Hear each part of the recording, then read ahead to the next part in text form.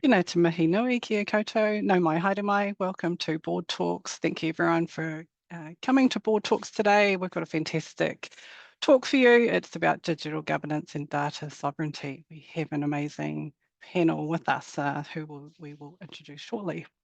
Firstly, I do hope everyone's doing okay. I know that things aren't that settled out there with the weather, so ka aroha out to everyone.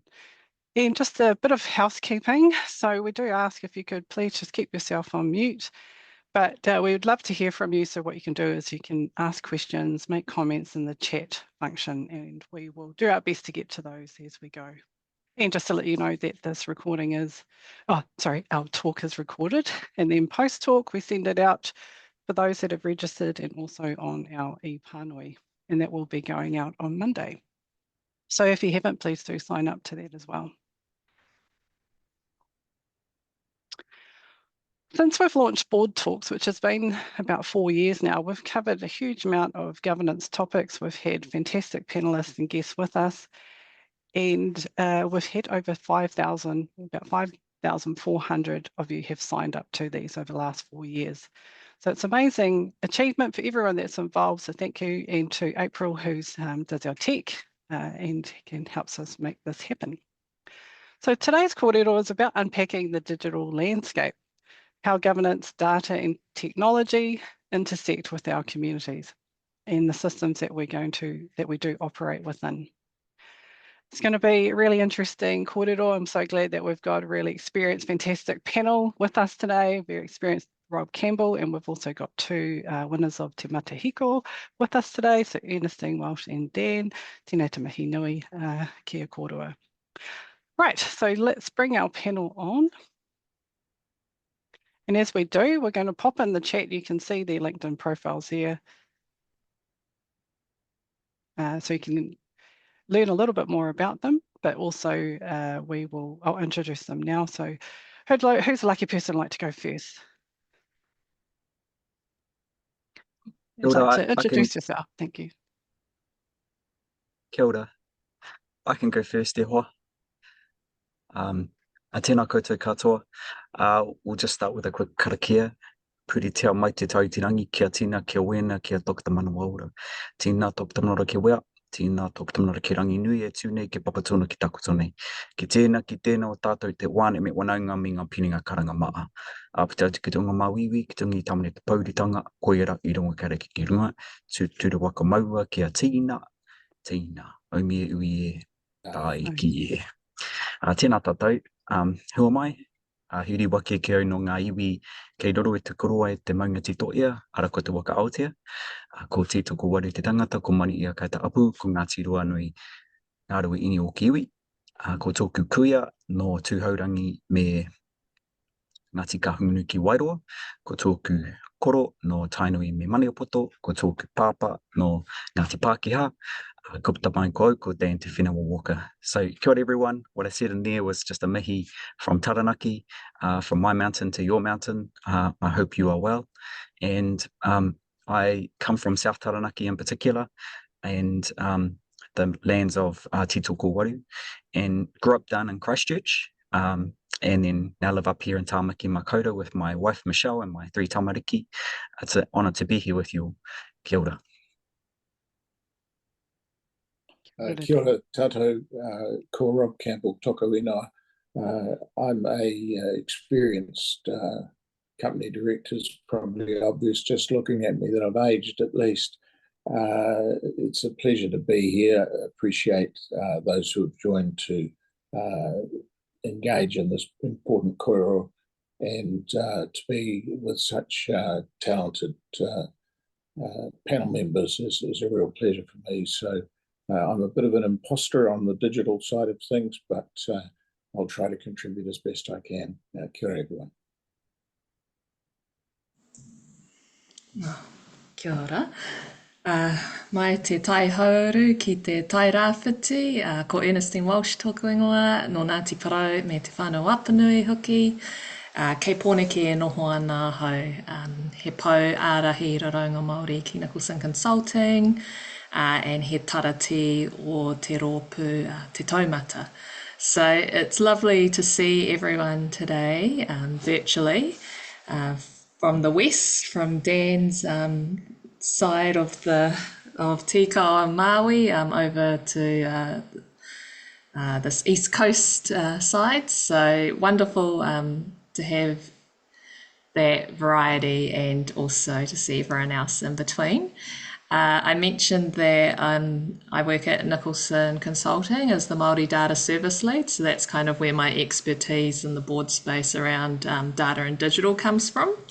But I am also a trustee at Te Taumata who advocate for Māori in the trade space. So lovely to see everyone today. Kia ora. Kia ora. So thank you, everyone. And just as we've got to know all of our wonderful panellists, and it'd be great if we could hear from who's joining us on the call as well. If you're comfortable, please pop in. Some people have already shared where they're from and organisations that they represent as well. So kia ora. And again, hope everyone's doing well with the weather. If anything happens, we'll just roll with it, I think, because you never know with the internet and power and who knows. But, so we're good to go. But our first part really to our panel guests is around what is digital governance and from each of your own perspective about this. So Ernestynne, would you like to begin? Ka pai. I think I am heavily influenced being a kaimahi Māori working in the data and digital space by Te Ao Māori perspectives. So to me, data isn't just zeros and ones. It has a whakapapa and it comes from somewhere and it represents someone and it connects people, places and knowledge systems. So governance should be about upholding and respecting these connections and ensuring that data is treated with the same care that we would afford to taonga. And so I think in practice, what this looks like is around protecting privacy, but more importantly, ensuring that data is used ethically in a way to benefit and uplift people.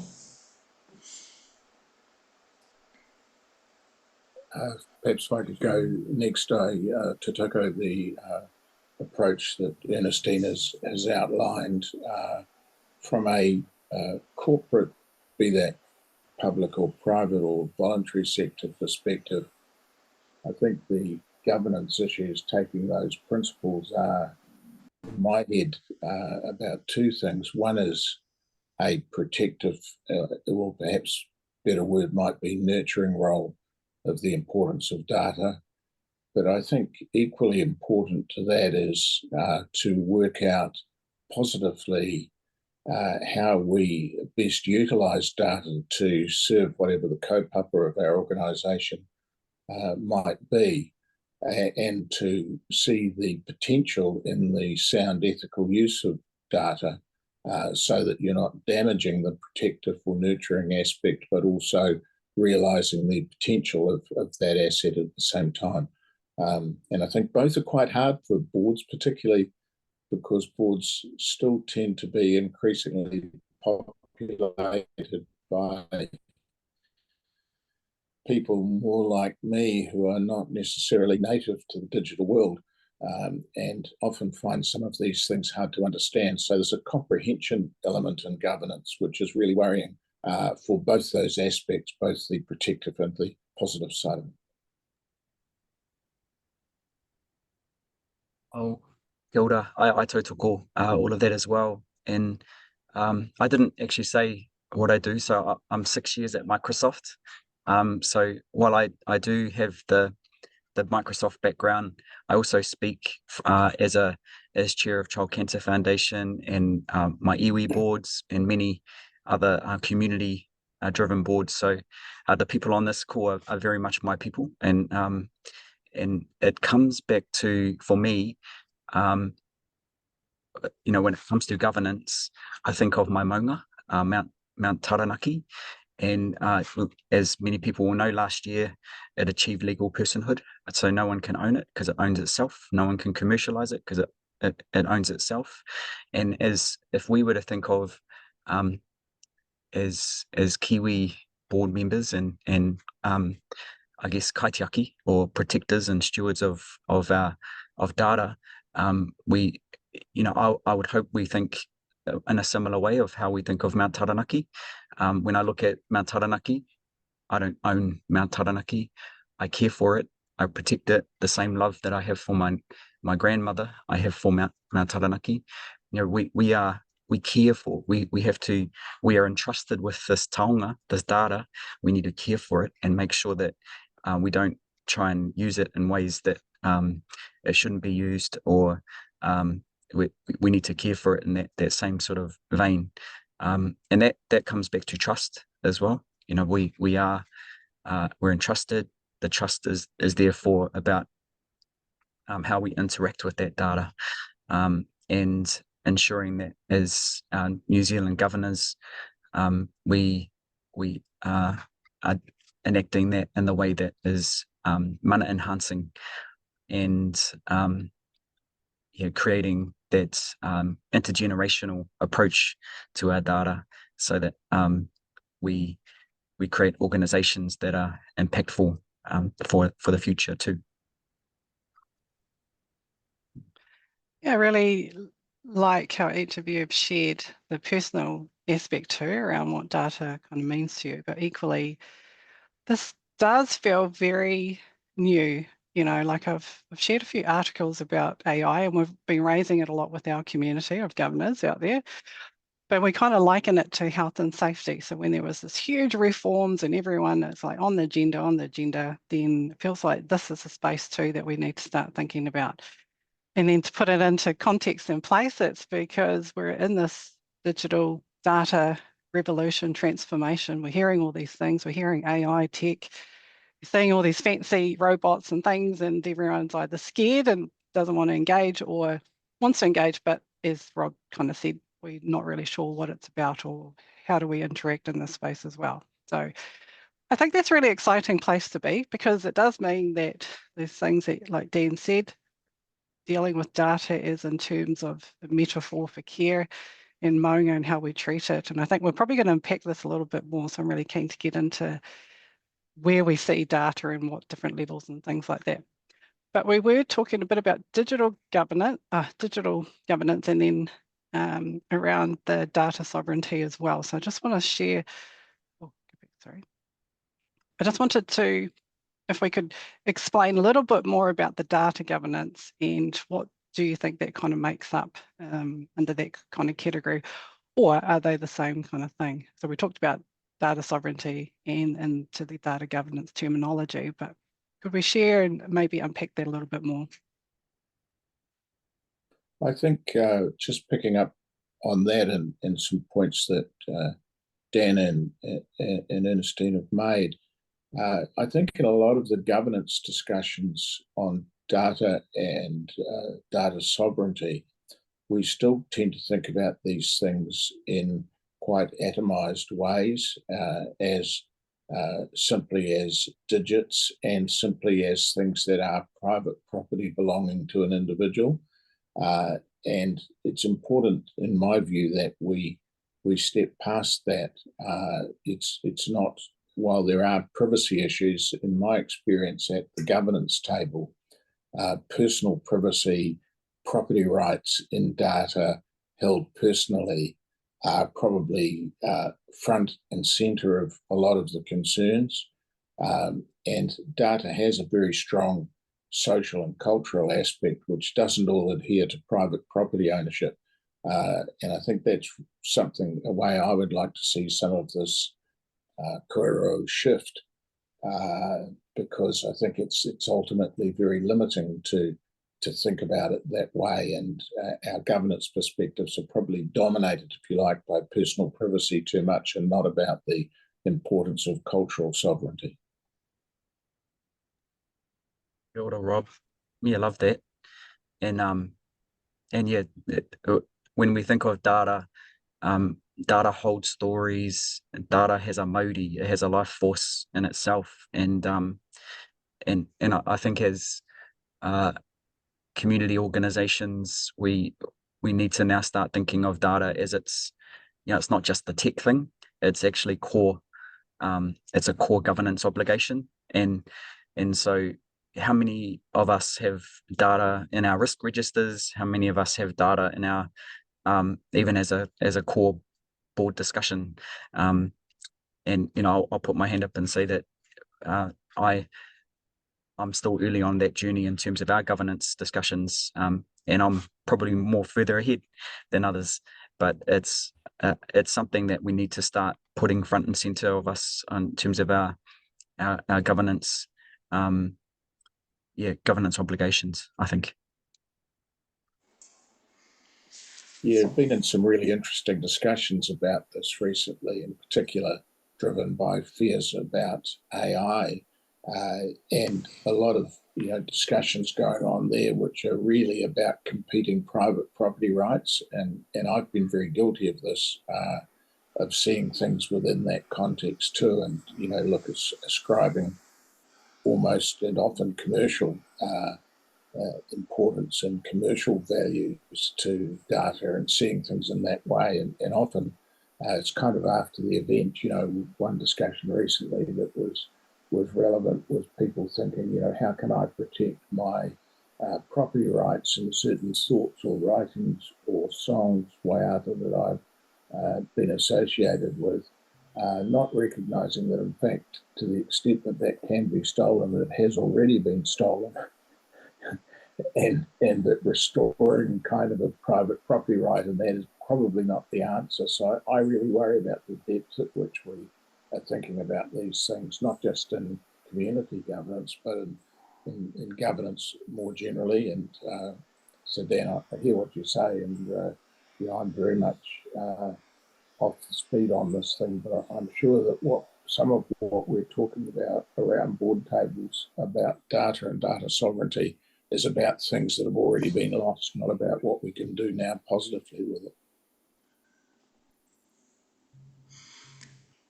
Ka pai, I've been thinking about the different angles that you've both taken, and I guess another angle I could add to this is we've talked about rights and risk registers, and I feel like we're looking at compliance elements when it comes to governance, but there are also strategic benefits when these things are done well, and I think that's one of the benefits when you do look at te ao Māori perspectives and you're guided by the values, and that shapes your decision making.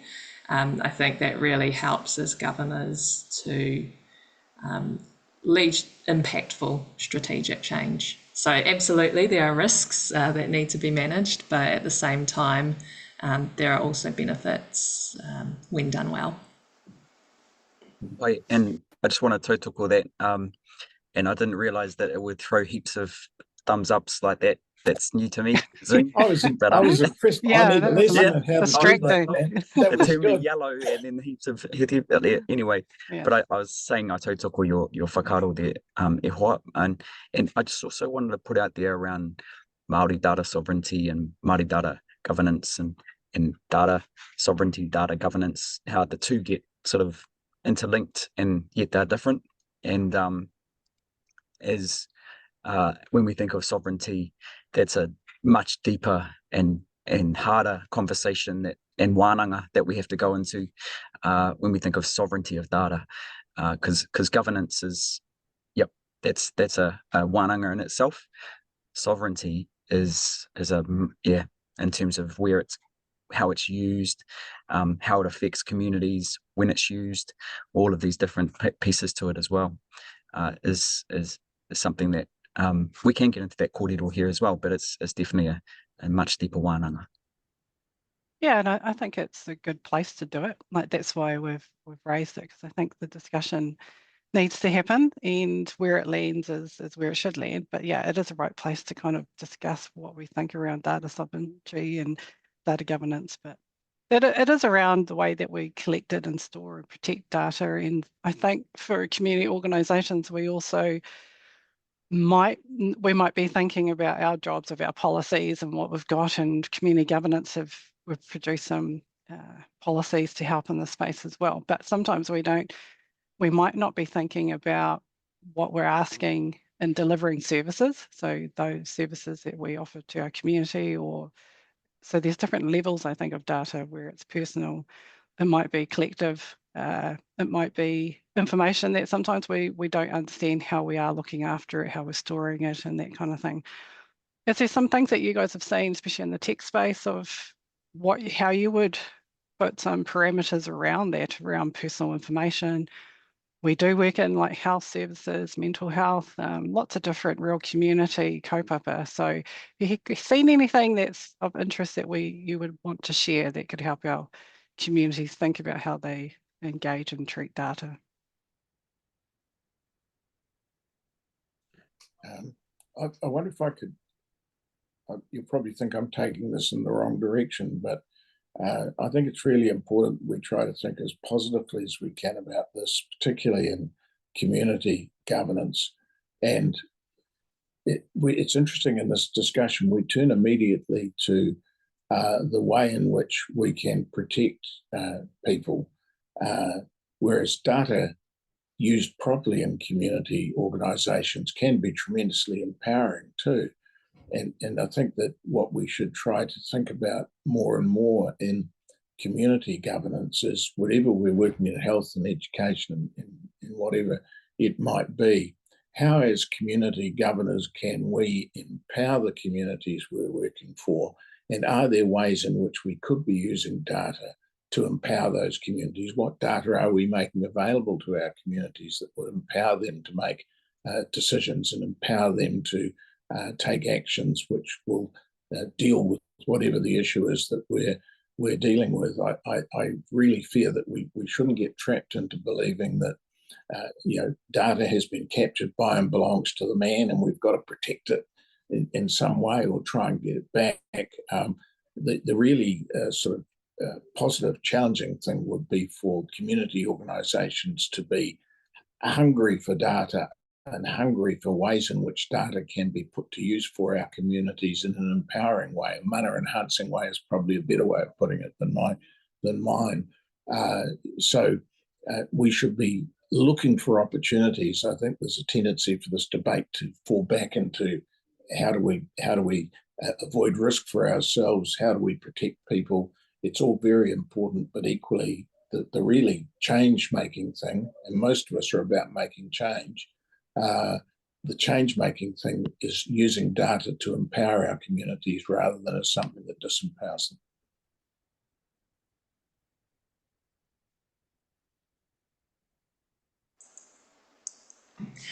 I was just looking at my other screen because I was going to try and pull up a link because I see that there's been some useful links put in the chat.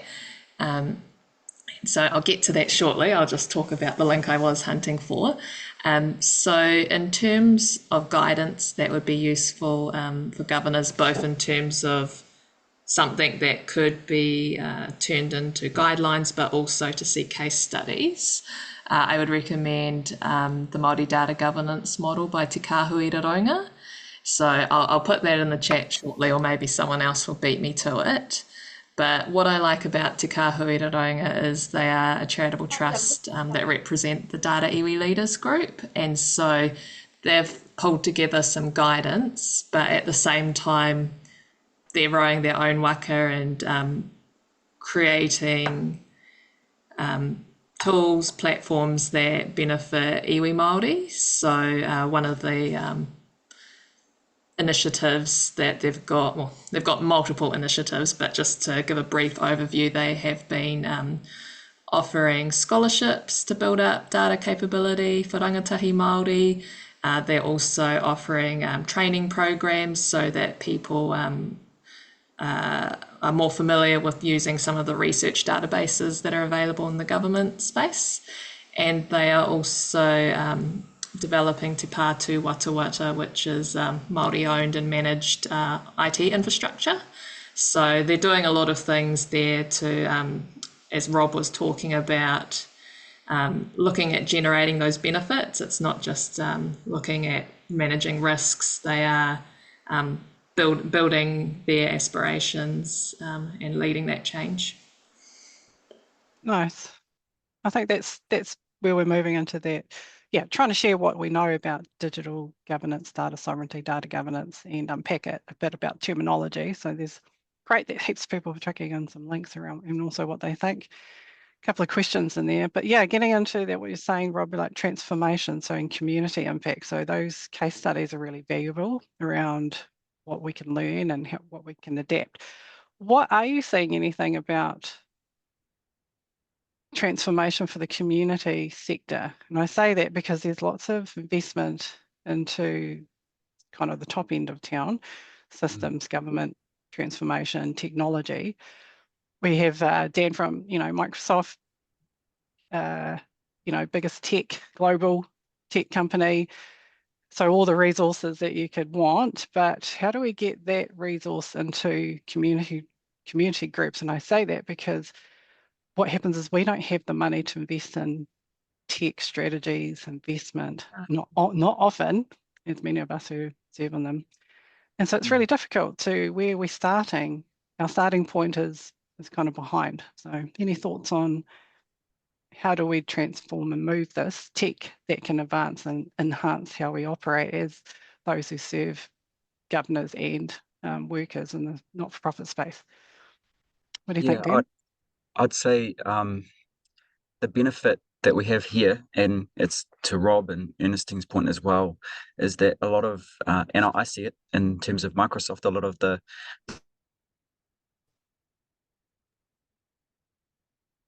Uh-oh. Microsoft must have been a bad word somehow. It was so good. He's blowing up the internet. Ernestynne, you're probably much better than me at this area, so why don't you go? I'll tell a story and we'll see if Dan comes back to life and reconnects with us. The story is actually about both of us. Last year, both Dan, myself and Kraitiana participated in Taranaki Tech Week. And we did a few different kaupapa, but one of them was a business breakfast. And so it was really interesting hearing from small to medium-sized businesses, and they were very interested in AI and what it could be used to help with. And they were asking questions like, could we use this? I run a machine transport business. Could I use this to help develop some policies? And so what I liked is that a lot of the businesses already had these ideas about how they could use tools such as AI for that benefit. And I think what I'd also say from a governance perspective is there is so much that can be done in the AI space. What might be helpful as governors is to understand what your risk appetite is and have a risk appetite statement. Some people might be very happy, maybe they're operating in a lower risk NGO. Others might have a lot more higher stakes where you'd also want to approach AI for specific use cases rather than applying it everywhere. Kia ora, Dan. I was just telling them about Taranaki Tech Week and our experiences last year. Love that. And also the community, like we went out and saw some amazing community outcomes as well, which was tino rawe. Sorry, whānau, my computer crashed and it's a brand new computer too. So, and it is a Microsoft Surface, which is annoying. But anyway, I'm on my phone. Hopefully you can hear me okay. Ke te pai?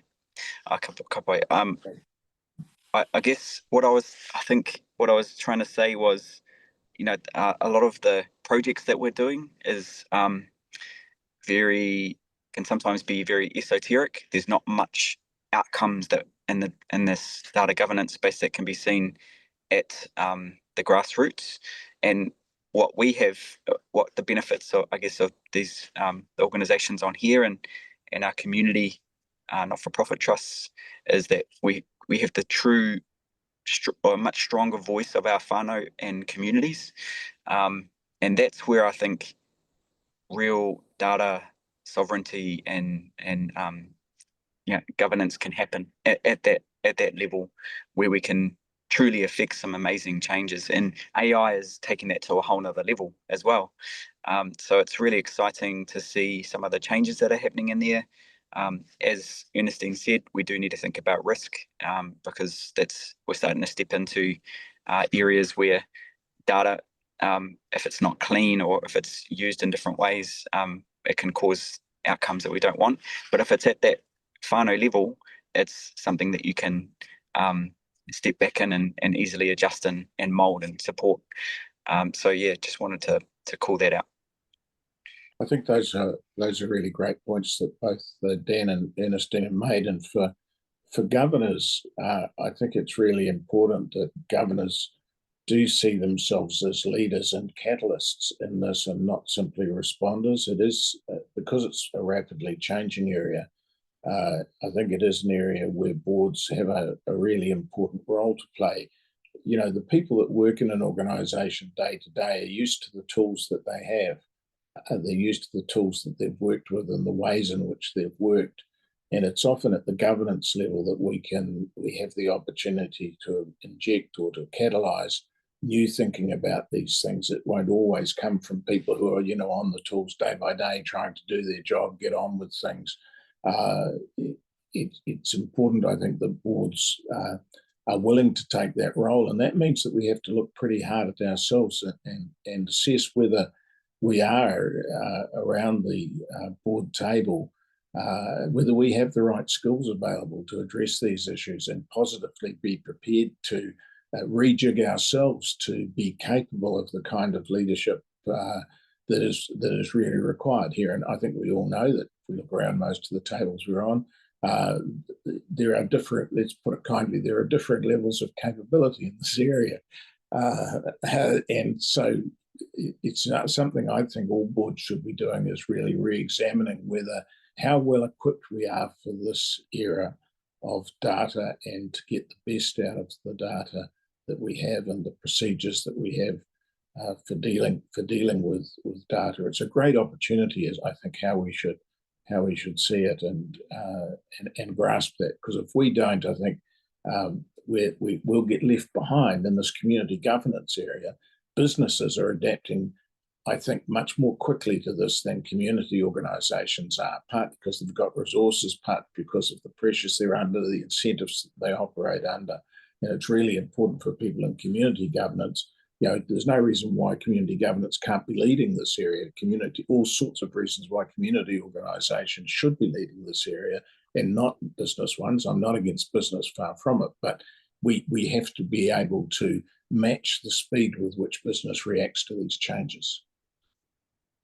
Yeah, I mean, I think that's a really great point, Rob, and that's literally probably why we've been doing quite a lot of work in this space, is to help our community and raise it. And yeah, and then I think equally behind the scenes, I have been pushing quite a bit around where is that investment going down to our not-for-profit community sector. So yeah, having those conversations that you need to have with government agencies and the likes of, say, like Microsoft and partners and things, because it's a bit of all of these things that we're talking about. We need investment, we need the latest access to tech and data security and all the things that wrap around it. And we also have to know how to use AI and technology. Most of the time, we even in how we work and how we govern, but we're under-resourced. We've got full-time jobs, and there's many here on the call that are probably on 3, 4, 5 boards, giving their time back to the community hugely. So the juggling is just another aspect to it. But yeah, so there's all these things that compound in this space, and the unity is coming from community governance. I think we're well placed to work in the space, which we have done. And I think an opportunity too with our good governance code, the people have used that to do a adaptation of governance, data sovereignty around frameworks. I say that because we don't really have that framework in place around all of these things. And overseas, they are looking at data governance frameworks about how we treat data, how we engage, even in Indigenous space. So it's really top of mind for us at community governance. We are pushing out a lot of information and a lot of, just around what should we do and how do we start. But because, again, I really would challenge that back. We are very often under-resourced through time and money. We're not all sitting on a huge portal of ability to get the latest tech, and then how to use it. So I think that's the thing. You might get all the latest things, and then you can't even remember your password, and you can't get in to access it, or your computer shuts down because, you know, it's all these simple things. So yeah, I think if we could just flip it a little bit and think around, where would we like to see then this going? Because we are in a new space, we can take the leadership role. What do you think we need so that we're out the front of this, like community, not-for-profits, NGOs, charities, corporate society as a whole, all of us, a framework? How do we kind of lead out on this then? What does that look like, Ernestynne? You got a good vision for us? Yes, once I unmute. No, totally tautoko, and being on Te Taumata, which is a charitable trust, know the challenges with resourcing and funding. So I think in terms of how community organisations can keep up or maybe even get ahead of all these transformations that are happening in the technology space, I think what would be the key point to make? I think because we work in the community space, there tends to be that closer connection to the people that are served, as opposed to like a large government organisation or a large corporates. And so I think that's one distinct advantage that community organisations have. They're a lot closer to the front line. And so I think that lines up perfectly when you look at things such as Māori data governance, because it's always about the people who are represented in the data, and because you have those closer touch points, it means that you're better placed to hear directly from the people rather than hear through a chain of people. What are their aspirations, what they would like, and then work to understand what data would support you to help meet those aspirations. So whilst I do acknowledge the funding challenges, I think there are still opportunities for community organisations and benefits that some of the larger, more institutional organisations can't always easily draw upon. I think it's these social organisations we're talking about are actually a fantastic resource. Unfortunately, in our political debate in this country, and no doubt in others, we've got into this idea that innovation is all about financial outcomes, whereas the ability of the community organisations of the wider social sector to be real generators of innovation is widely unrecognised. And what we're tending to do at policy and political level is force people back into financial economic models of innovation, which are only one aspect of innovation. And that's something that I think we need to be able to, from community organisations, convince the political level about that. In fact, there are enormous positives, not only in terms of outcomes, but also in terms of processes and how we think about things live in our community organisations. It's a resource that we're not realising simply because it's not so easily financialised as some of the others are. So we can't avoid a political element to this. There is a strong political element to what the future of community governance and community activism is in this. I actually was having coffee this morning with a couple of community activists up here in Tamaki, and they were talking about the various innovations in which they're engaged, and they're almost what I would call silent innovations. They're not ones which are kind of meeting any financial targets. They won't show up in GDP because they're not counted in that way. But the amount of that kind of silent social innovation that's going on is greatly underestimated. And one of the powers of data and good data governance and good use of data would be to bring that to the attention of the policymakers. At the moment, they're trying to turn everything in the community into a financialised process and a financialised outcome. The data actually should be able to turn that around. and have the politicians realise that, in fact, more important innovation is happening out there in the social sector. And we should be, community organisations, community governments should be noisy about that, I think. It's important that we're not silent about those things. Again, that's a responsibility of governors. Kia ora, Rob. And I also think, there's so much hardship around the world, and definitely here in Aotearoa as well. I look around Auckland, Taumata, and there's definitely there's a lot of community and societal issues playing out here. I look back in Taranaki, and we've got those issues back home, and we can't rely. We just can't rely on the government to do this for us. We have the answers within our communities to these issues, and the tools of empowerment are moving, they're shifting, and while AI does bring risks, I do think there are huge opportunities that come with that allow us to enact outcomes at that whānau community level. So when you're talking, Rose, about envisioning that future, that's what I see. I think New Zealand can actually play a leadership role for the world in this space in terms of the way that our values play out, regardless of government. We actually have some of these Kiwi values that we can enable and enact and show the world how it's done.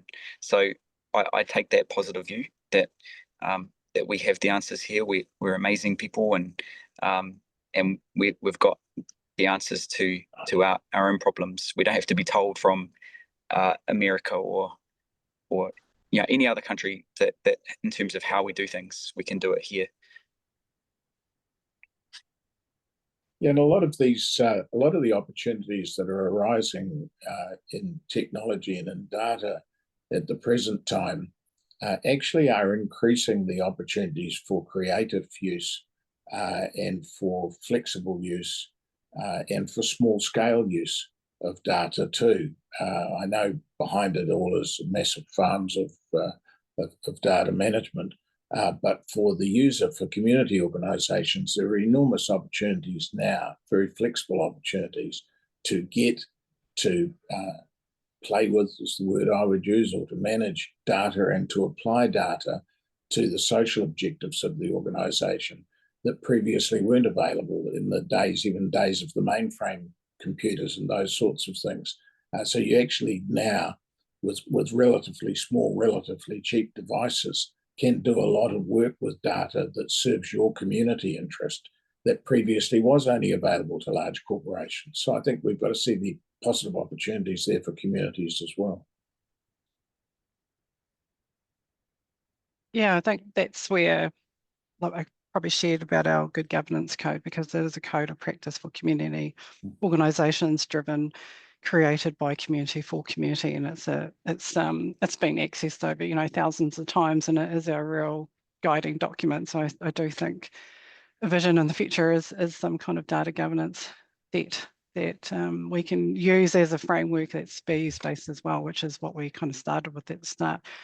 Kind of raise about data because we see a lot of, I talk about government at the top because most of the time for many organisations, not everyone, but they do have to access government contracts, funding, agreements, all with the philanthropic sector. So we're very, we're really used to this kind of system. And so that tends to lend a bit into how we use data, ask for it, store it, that kind of thing. And it will get really important because it's a gold mine for AI, for machine learning, that kind of thing. And so data will be gold. So we are hugely going to be influential in how we look after it, access it, store it, because that will set forward priorities for governments, for philanthropics, for the sector, based on what we're capturing, understanding. So I think that in the next few years, we'll position ourselves as a community sector on how we want to invest in design, because usually what happens is we might have other research evaluations, it's kind of external monitoring and gathering data and that kind of things. But we'll be able to use technology to do our own research, give our own data insights and that kind of thing, and be very clued up very quickly about what we're doing and where we're going and the resources. So yeah, the use of AI is going to be hugely advantageous to the community sector for sure. But I do, kind of do push back a little bit, because we do have to get ourselves ready for this transformation, because or else we're at the receiving end of not knowing what we're giving over. And I think that's kind of my concern sometimes, because we need money, so we need to get it from government, so we'll say yes to certain things. So that's my kind of challenge back on it, because we are in that position of often being under-resourced and that kind of thing.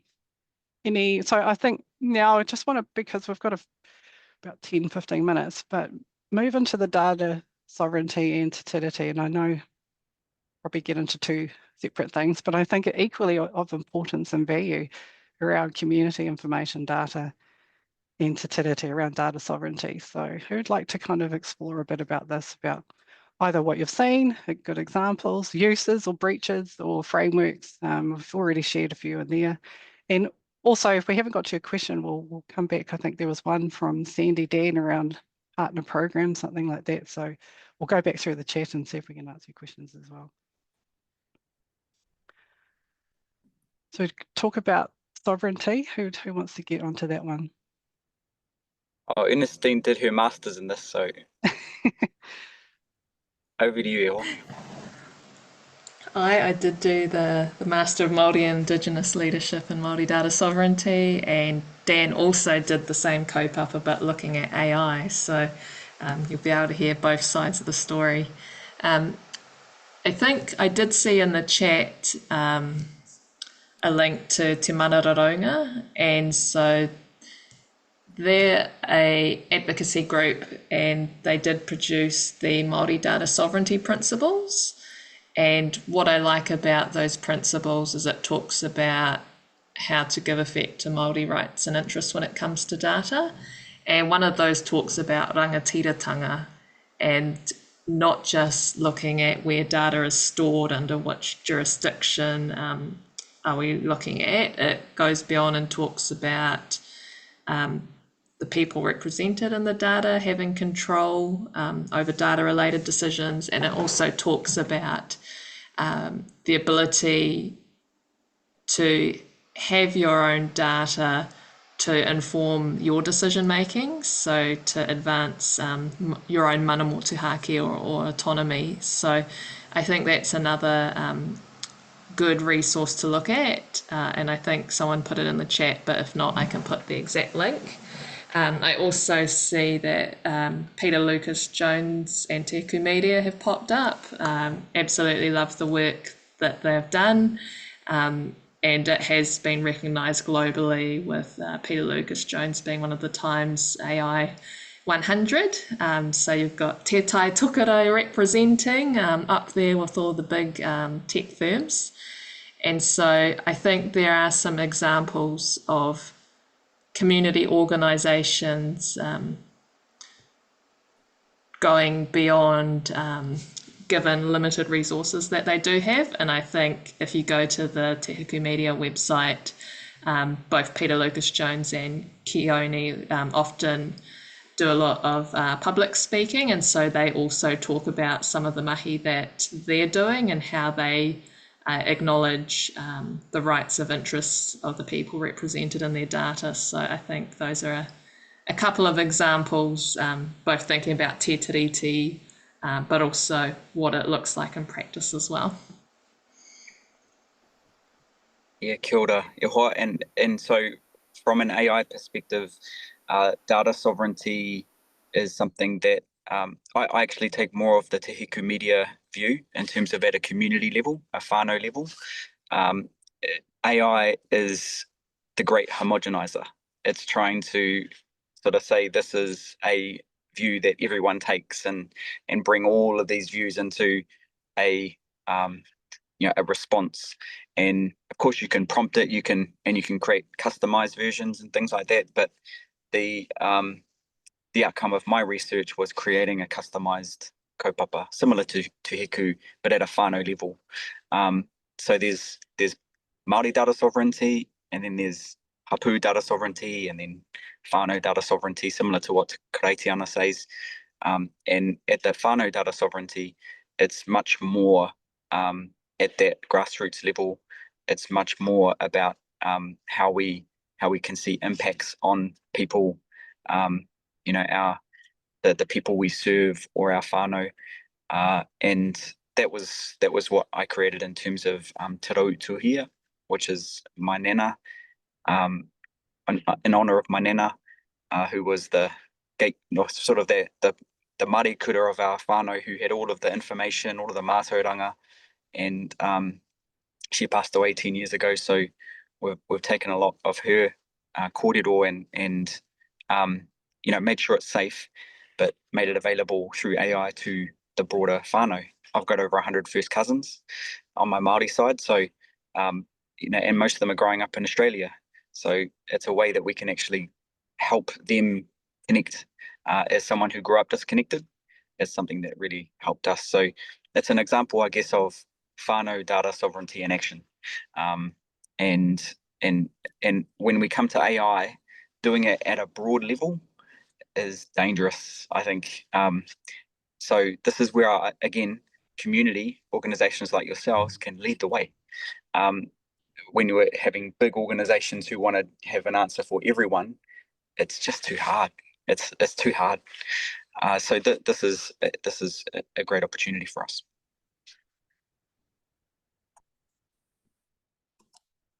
I guess, Rose, I've thought about this most deeply in relation to our health system during my ill-fated sojourn into Te Whatuora.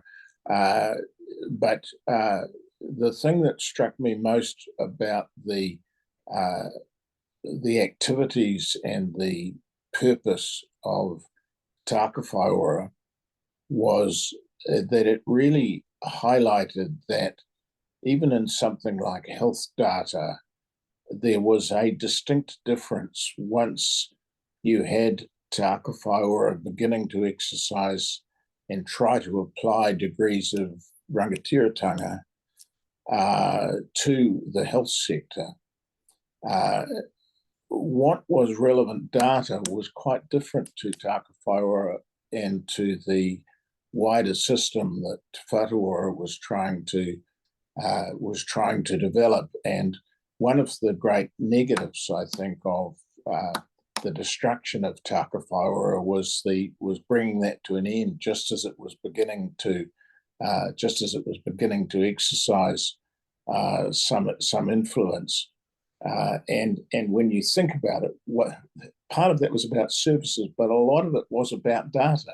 What actually is important health data, and it was starting to expose that it wasn't all the same, that there were hapu levels of health data that were relevant to Taka Whaiora.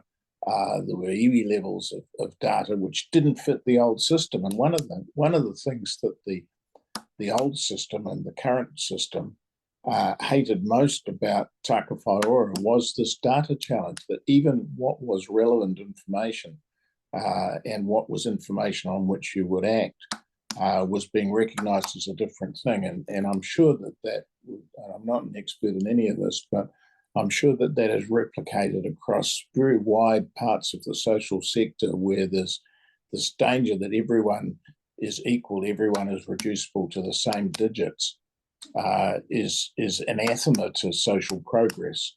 And I think that, to me, I just want to emphasise that that's one of the great things we lost with the destruction of a specialist and focused and accountable Māori health agency. And the more we don't have that, the more we try and pretend that every piece of data is just the same. We strip people of their data sovereignty, but we lose an awful lot when we do that. Actually, we lose accuracy. We lose social accuracy because we're not accounting even for the right things. Yeah, there's quite a few comments in the chat, but around that, how do we demonstrate value of what we're doing, but also kind of equally thinking about how we're protecting what we're asking or what we've got hold of. So those are going to be those tension points, because, yeah, the requests will get stronger from those that need it and want to demonstrate it, but then we as in our role as governors across community organisations need to be really strongly thinking about what do we want to share and what do we want to protect. And I like what everyone's kind of been sharing too about the personalising the metaphor of maunga, or thinking about your nan or a close family member or yourself. Like, what would you want to be shared? What would you not? There's different levels of data and information that we need to gather to do our jobs and demonstrate value.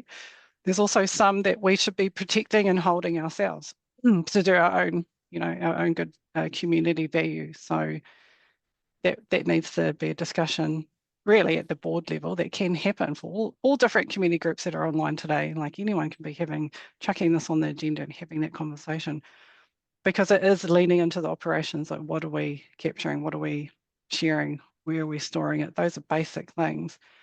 But why I say that is because the challenge from the top will be more data, more evidence, more.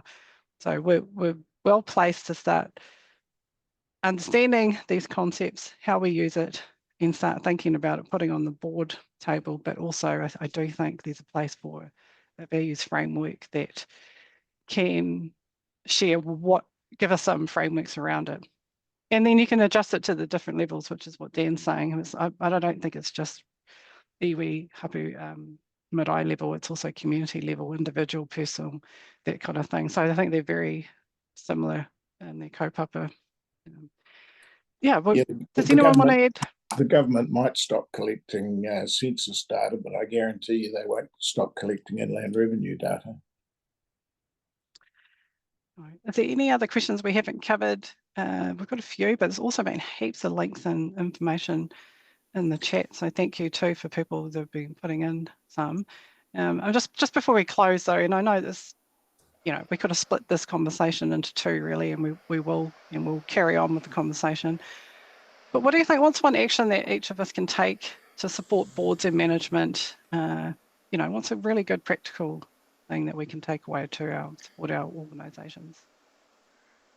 Pai. I was going to answer some of the pātai and they line up perfectly with what you've just asked, Rose. I was going to say to look at the skills matrix. I think that will help identify where boards have gaps, overlaps as well. And I think there was a pātai around a board with wanting to look at strong Te Tiriti ideals, but there's also a question about how do you identify the right people with the right skills? And I think that's a very wise question, because I think it was last year IOD did their what are your top priorities as governors, as board members, and AI was one of the top 5. So asking questions when you are looking for people about their data digital capability, have they been on other boards in a similar capacity, or what micro-credentials or qualifications they have, although admittedly it is a very fast-moving space. So, I think hands-on experience will often beat that 3+ year academic degree. So, I think that would help with both that pātai, but also the Te Tiriti one, having that skills matrix. The final thing I would say about the having that strong commitment to Te Tiriti is it should be reflected in the board membership as well. And if it is wanting very strong commitment, often I see co-chair arrangements. So there'll be a taha Māori and another chair as well. So that can be another rautaki strategy for boards to look at.